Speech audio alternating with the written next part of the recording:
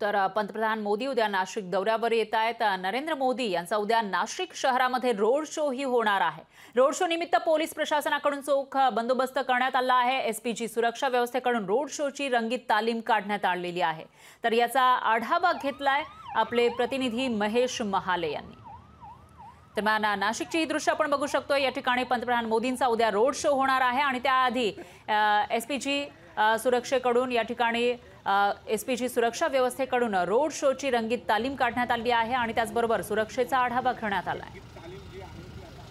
भारताचे पंतप्रधान नरेंद्र मोदी हे उद्या नाशिक दौऱ्यावर आहे आणि राष्ट्रीय युवा महोत्सवाच्या निमित्ताने उद्या पंतप्रधान नरेंद्र मोदी हे युवकांसोबत संवाद देखील साधणार आहे। स्वामी विवेकानंद जयंती यांच्या पार्श्वभूमीवर खरं तर यंदाचा मान हा नाशिकला मिळालेला आहे। नाशिकची निवड या महोत्सवानिमित्त करण्यात आलेली आहे। युवा महोत्सव हा नाशिकमध्ये होणार आहे। उद्या पंतप्रधान नरेंद्र मोदी यांचा नाशिकमध्ये भव्य असा रोड शो देखील होणार आहे आणि त्याचीच रंगीत तालीम सध्या ही चालू आहे। नाशिकच्या औरंगाबाद रोड परिसरात जर आपण बघितलं असेल तर गाड्यांचा जो ताफा आहे तो लागलेला दिसतोय। उद्याची ही रंगीत तालीम आहे ती या ठिकाणी केली जाते। खरं तर पंतप्रधान नरेंद्र मोदी यांचं आगमन झाल्यानंतर निलगिरी बागेनंतर ते या रोड शोमध्ये सहभागी होणार आहे। मिरची हॉटेलपासून औरंगाबाद रोडपर्यंत खरं तर हा त्यांचा रोड शो असणार आहे। यानंतर पंतप्रधान नरेंद्र मोदी हे काळारामाचं दर्शन घेणार आहे।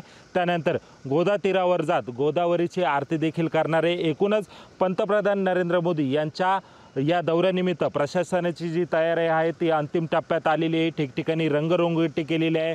नाशिक शहराला सुशोभीकरण करण्याचं काम देखील आता अंतिम टप्प्यात आलेले आहे। एकूणच नरेंद्र मोदी यांचा हा जो दौरा आहे हा महत्त्वाचा मानला जातोय। आता उद्याच्या या राष्ट्रीय युवा महोत्सवाच्या निमित्ताने पंतप्रधान नरेंद्र मोदी हे युवकांना काय संबोधित करता हे बघणं देखील तितकंच महत्त्वाचं ठरणार आहे। महेश महाले, लोकशाही मराठी, नाशिक।